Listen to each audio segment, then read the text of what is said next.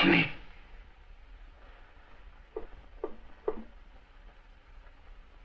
মনি,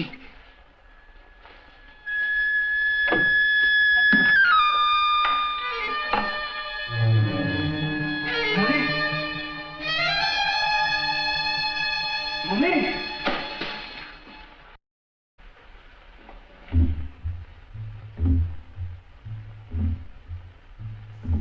মাঝে মাঝে ভাবি ভূতেরা কেন ফিরে ফিরে আসে, আমাদেরকে ভয় দেখাবে বলে, নাকি অন্য কোনো উদ্দেশ্য আছে, নাকি ওরাও অন্ধকার থেকে আলোর দিকে ফিরতে চায়, অমাবস্যার থেকে পূর্ণিমার দিকে।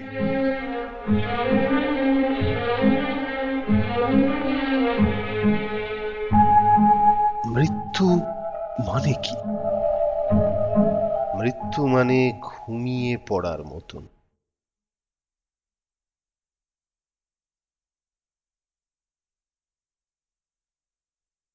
কিন্তু তবু মানুষ বেঁচে থাকে না, ব্যাপারটা ঠিক ওই বডি এমব্লেমিং এর মতন নয়। এই বেঁচে থাকার মানে হলো মানুষের মনে বেঁচে থাকা। আর তারপর একদিন আসে চূড়ান্ত মৃত্যু, ফাইনাল ডেথ। সেদিন, যেদিন তোমাকে আর কেউ মনে রাখবে না, যেদিন তোমার কথা আর কেউ বলবে না, সেদিনই তোমার চূড়ান্ত মৃত্যু হবে। And you will fade into oblivion. ভয়ঙ্কর, ভয়ঙ্কর সে মৃত্যু। কিন্তু আমার মনে হয় ভূতেরা সেটা চায় না। ওরা ওদেরকে ভুলতে দিতে চায় না, তাই বারে বারে ফিরে আসে। এটা পাগলের প্রলাপ কিনা সেটা প্রমাণ করার কোনো সরাসরি রাস্তা আমার কাছে নেই, কিন্তু বয়স হচ্ছে তো, তাই মাঝে মাঝে বড় চিন্তা হয়, যদি আমারও তাই হয়, যদি আমাকেও কেউ মনে না রাখে। আমাকে তো মনে রাখবার মতো কোনো কারণই নেই, তাই আজকাল সবার সাথে কথা বলার চেষ্টা করি, কিন্তু কেন জানি না যোগাযোগটা হয়ে ওঠে না। কি জানি কি করে এমনটা হলো যে আমি একেবারে একা হয়ে গেলাম, নাকি পুরোটাই হ্যালুসিনেট করছি জানি না। এখন সন্ধে 6টা, সাল 2025, আর আমি আমি একেবারে আউট। রোজ খাই, প্রতি সন্ধেবেলায় খাই, বহু বছর ধরে।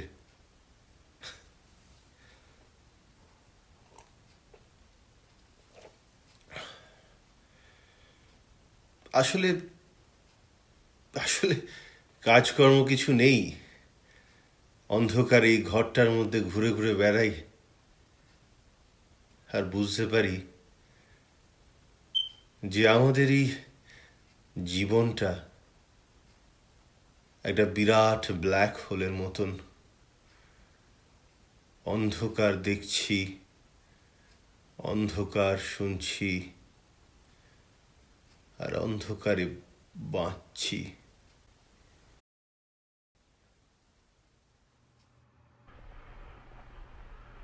মনি, তুমি ফিরে এসেছো।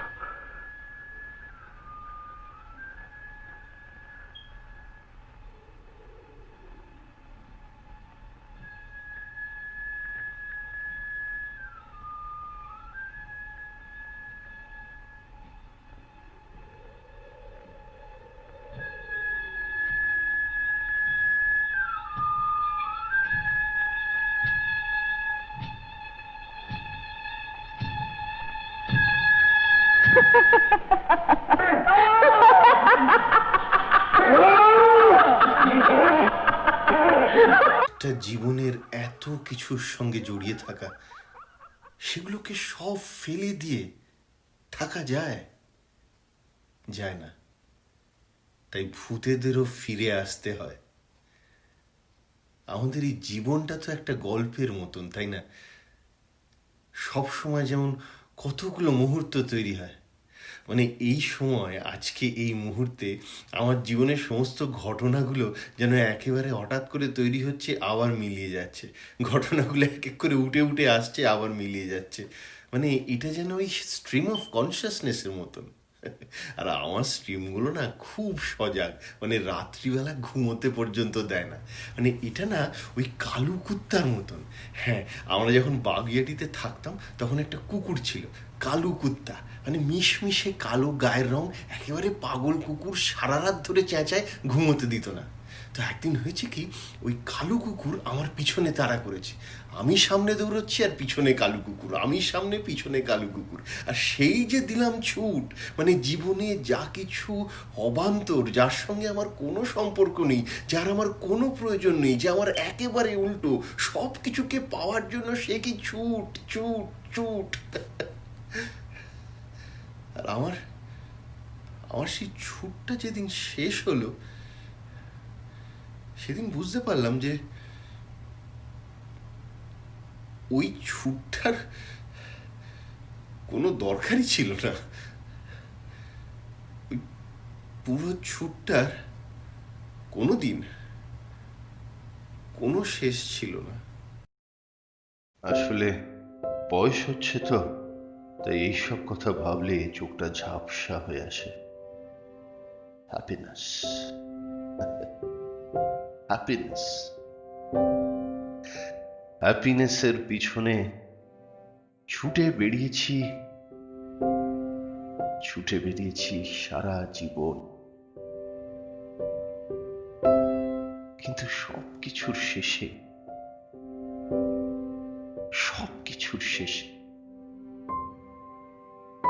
সেই পরিচিত ডিসকন্টেন্ট। আমাদের এই অতি উন্নত সভ্যতা, অতি উন্নত,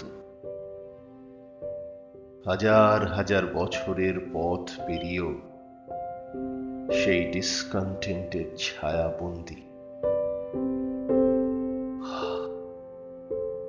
আমি তো কোন ছাড়। আমাদের এই জীবন দুঃখ, হতাশা, চাওয়া পাওয়ার সব গড়মিলগুলোর থেকে মুক্তি পাওয়ার লড়াই জীবনভর, এই বিশ্বাসে যে এতে খুলে যাবে সুখের দুয়ার, মুক্তির পথ। কিন্তু সেই ডিসকন্টেন্ট। তাহলে উপায়? ভুলে থাকা, বোধ হয়ে থাকা, তিনটে ওষুধ: ধর্ম, the religion,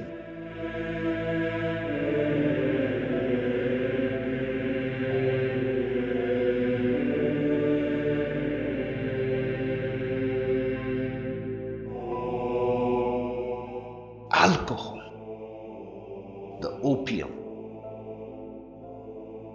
and art, the creativity। অথবা একটা অদ্ভুত প্রক্রিয়া, তন্ত্র মন্ত্র যোগ সাধনা। ইনস্টিংক্টগুলোর যদি হত্যা করা যায়, তাহলে ইনফিনিটির সঙ্গে মিলে যাওয়া যাবে, অর্থাৎ ম্যাজিক হবে। The happiness of silence. আমিও এর মধ্যে পথ বেছে নিয়েছি, যখন যেটা পেরেছি। সবচেয়ে ইম্পর্টেন্ট আমি আর আমার আত্মা, আর বুঁদ হয়ে থাকার বন্দোবস্ত করা। তাই আমার মতো এত সাধারণ, কুৎসিত, স্বার্থান্বেষী মানুষকে কেউ মনে রাখবে না। আর যেদিন আমায় কেউ মনে রাখবে না, সেদিন আমার চূড়ান্ত মৃত্যু হবে।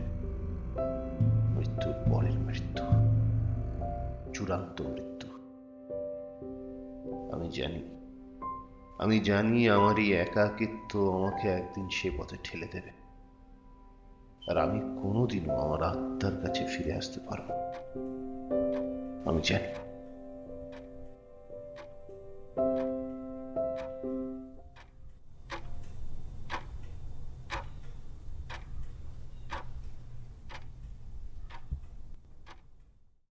বুঝতে পারিনি যে তলিয়ে যাচ্ছি।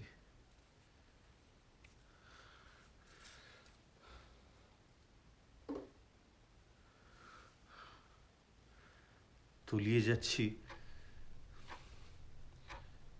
একটা ভয়ঙ্কর অতল গহ্বরে। এই এই সেই গহ্বর যেখানে আলো পথ খুঁজে পায় না, দ্য ব্ল্যাক হোল। আর এইটা তার বাইরের সেই zone, the point of no return, the singularity. আর এই হচ্ছে আমি, তুমি, আমরা সবাই ধীরে ধীরে এগিয়ে চলেছি সেই চূড়ান্ত মৃত্যুর দিকে। আস্তে আস্তে আমাদের সমস্ত শরীরটা একেবারে লাল হয়ে গিয়ে টেনে ছিঁড়ে ওই সিঙ্গুলারিটির মধ্যে ঢুকে যাবে। তারপর হুশ, সব শেষ। কে বাঁচাবে? কে বাঁচাবে আমাদেরকে বাঁচাবে সেই সমস্ত পজিটিভ পার্টিকেলসগুলো যেগুলো ওই নিয়মানুবর্তিতার বাইরে ভাবতে পেরেছে, যেগুলো ওই ভিড়ের মধ্যে দাঁড়িয়ে থেকে খালি সেলাম ঠোকেনি। কিন্তু আমি পারিনি।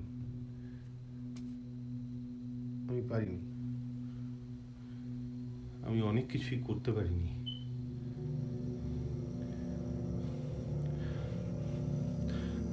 যখন একজন দলনেতা শুধুমাত্র ধর্মের কারণে দুটো মানুষকে টেনে হিঁচড়ে আলাদা করছিল, দেশটাকে টুকরো টুকরো করছিল, তখন আমি ফ্রয়েডের মতো চিৎকার করে বলতে পারিনি যে রিলিজিয়ন ইজ অ্যান ইলিউশন।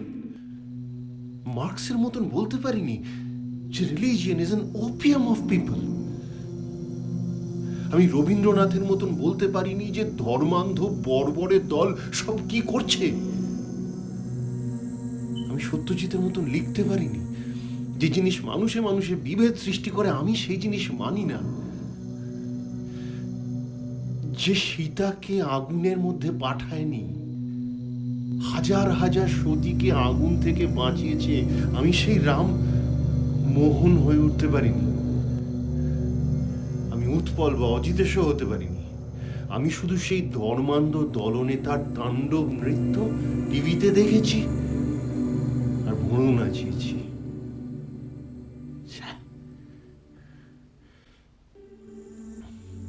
আমি নেলসন ম্যান্ডেলার মতো নির্ভীক হতে পারিনি। আমি নজরুলের মতন লিখতে পারিনি আমি বেদুইন, আমি চেঙ্গিজ, আমি আপনারে ছাড়া করি না কাহারে কুর্নিশ। আমি জর্জ ওয়াশিংটনের মতো নিজের হাতে নিজের ক্ষমতাকে সংকুচিত করতে পারিনি। আমি খালি ওই ক্ষমতার আশেপাশে ঘুরে ঘুরে বেরিয়েছি আর নিজের হাতে ভাঙনের বীজ বপন করে মেঘের আড়ালে লুকিয়ে লুকিয়ে বেড়াই। আমি মাদার টেরেসার মতন ভালোবাসতে পারিনি, ইনক্লুসিভ হতে পারিনি। আমি নেপোটিজম করেছি, ফেভারিজম করেছি। আমাকে তেলালে তুমি সারা থাকবে, নয়তো তুমি বাদ, এ বাদ, ও বাদ, সে বাদ। তাই আমার মতো এবং আমার মতো বাকি সকলের যারা এত স্বার্থান্বেষী, যারা এত কুৎসিত, তাদেরকে ওই সিঙ্গুলারিটি গিলে খাবে। আর আমি জানি যখন ওই ব্ল্যাক হোলের ডাক আসে তখন কোনো বাবাজির কোনো মন্ত্র কাজে আসে না। একটা জিনিস আমি করতে পেরেছি, আমি একজন না ভালো বাবা হতে পেরেছি। তাই আমার ছেলে, আমার মেয়ে, এদের মধ্যে আমি অনেকদিন বেঁচে থাকবো। ওই সিঙ্গুলারিটির থেকে অনেকদিন পালিয়ে পালিয়ে বেড়াতে পারবো।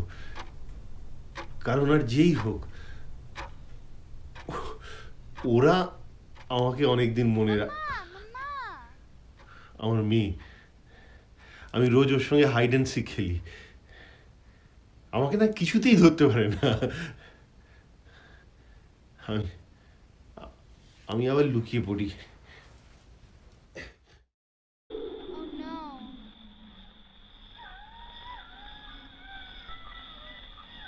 আমার নাম Shri Phanibhushan Saha. Why is it playing by itself? Mama! look what I found. Something Baba used in one of his plays. How did it come here?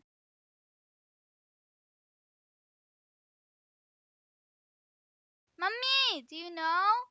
Mummy! Mummy! This is happening again.